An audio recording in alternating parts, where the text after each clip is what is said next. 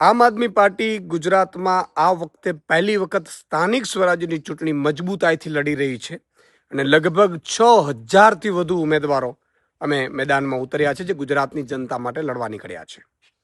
આ લડવૈયાઓને એની જીત માટે હું ખૂબ ખૂબ શુભકામનાઓ પાઠવું છું. આજે અમે એક મેગા કેમ્પેન પ્રચાર કેમ્પેન લોન્ચ પણ કરી રહ્યા છીએ કે હવે બહુ થયું, બદલીને રહેશું. સાથે સાથે મિત્રો, આ 6,000 જેટલા ઉમેદવારો ઊભા કર્યા છે આમ આદમી પાર્ટીએ અને આમ જનતામાંથી ઊભા કર્યા છે.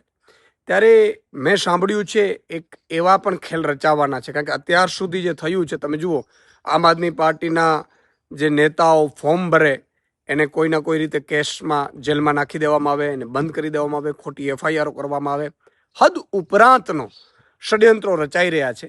ત્યારે અત્યારે જે રીતે માહિતી મળી છે પ્રમાણે હજી આમ આદમી પાર્ટીના ઉમેદવારોના નોમિનેશન રદ થાય કોઈ પણ પ્રકારે એવા પણ ષડયંત્રો રચાઈ રહ્યા છે.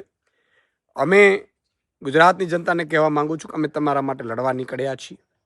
આ લોકો ડરાવવાની, ધમકાવવાની, બેસાડવાની ખૂબ કોશિશો કરશે, પરંતુ અમે ડરવાના નથી, ઝૂકવાના નથી. અમે તમારા પ્રશ્નો માટે લડવા નીકળ્યા છીએ. જનતાને કહીએ છીએ કે ગમે તેટલી મુસીબતો આવશે, અમે લડીશું, મજબૂતાઈથી તમારી સાથે ઊભા છું. પણ તમે પણ મતદાનના દિવસે ઊભા રહેજો. આમ આદમી પાર્ટીનું જ્યાં જ્યાં ઝાડુ છે ત્યાં તમે જ્ઞાતિ, જાતિ, ધર્મ બધું ભૂલીને તમારી પોતાની પાર્ટી માટે ઝાડુ બટન દબાવજો એવી હું વિનંતી કરું છું. અને જનતા પોતે જ ચૂંટણી લડી રહી છે. ગુજરાતની જનતા લડી રહી છે. આમ આદમી પાર્ટી માત્ર વ્યવસ્થાનો ભાગ છે. એટલે તમે તમારા નેતૃત્વ માટે તમે બહાર આવજો, તમે મતદાન કરજો, તમે લડજો એવી વિનંતી કરું છું. કારણ કે આ લોકો તો મોટા પાયે હજી નોમિનેશન રદ કરવાના પણ ષડયંત્રો કરશે. પણ જનતા જ્યારે સાથ ઊભી હોય, જનતા જ્યારે લડવા નીકળતી હોય ત્યારે આવા ષડયંત્રોનું કામ નથી આવતું.